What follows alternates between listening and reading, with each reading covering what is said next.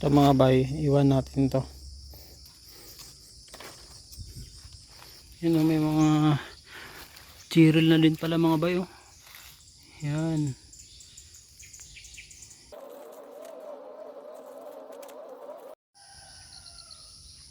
Hello mga bay. For today's video, magtatanggal tayo ng sprout sa ating mga kakao. Katulad nito, ang daming sprout. Babawasan natin yan, tapos mag-iwan lang tayo. Yan. Ang dami ng sprout sa ating mga kakao. Para pag natapos tayo magtanggal ito, mag-spray tayo para sa dahon. Foliar na fertilizer at saka insecticide para maganda yung dahon. Yan, sobrang dami na ng sprout. Kailangan na talagang bawasan.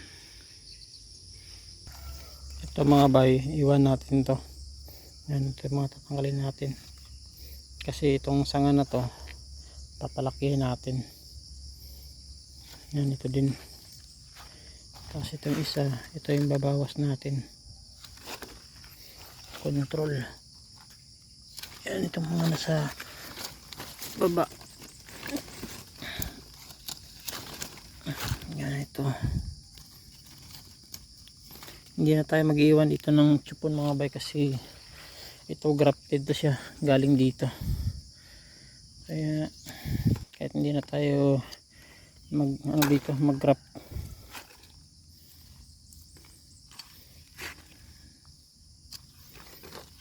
Yan. May iwanan tayo.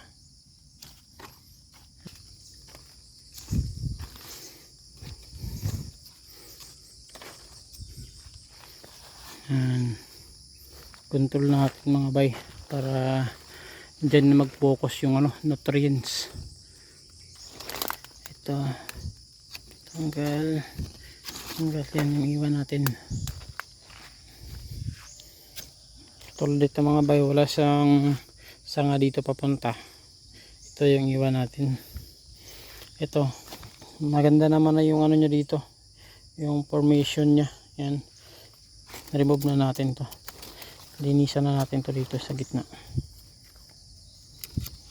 Ito remove na natin.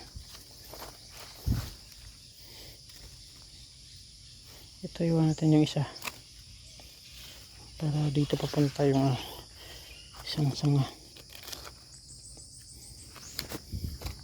Ito may mga palabas pa oh. Yan, dahil naman natin yan para dito papunta kasi walang sanga dito mga bay. Dito sa dulo kawasan natin.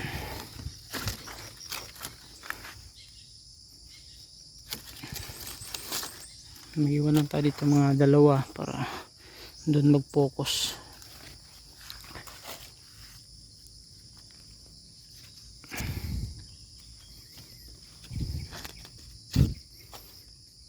Yan.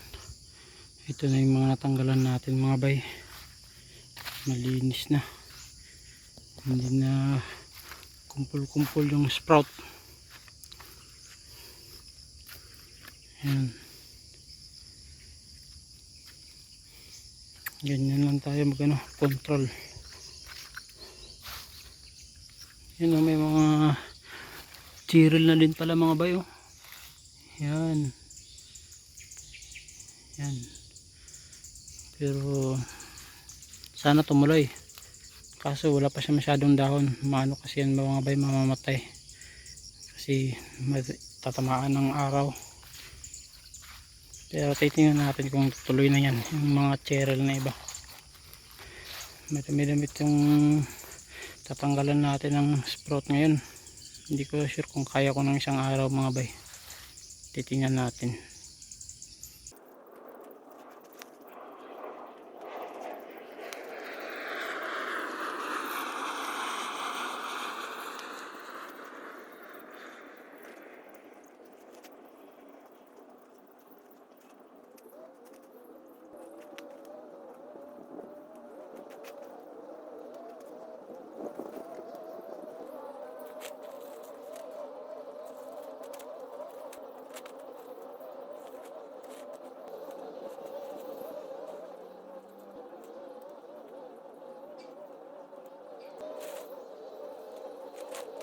Mahigit kalahati na din tayo mga bay. Kaya pala natin tapusin ito ngayon. Kasi mag alas 3 pa lang. Ito na lang. Sa baba na linya. Tapos ito. Padiretso na to. Kaya pag hindi umulan, kaya natin tapusin ito ngayon.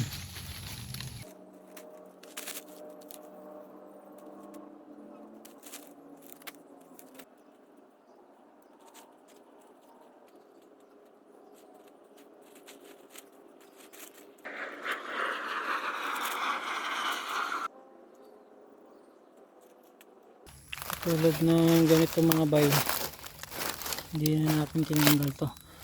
Yan, kasi chupon yan.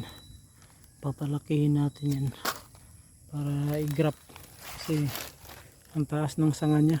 Ito, grafted siya dito ng UF, kaso sobrang taas. Kaya hintayin natin na lumaki ang chupon na yan, tapos i-graft natin.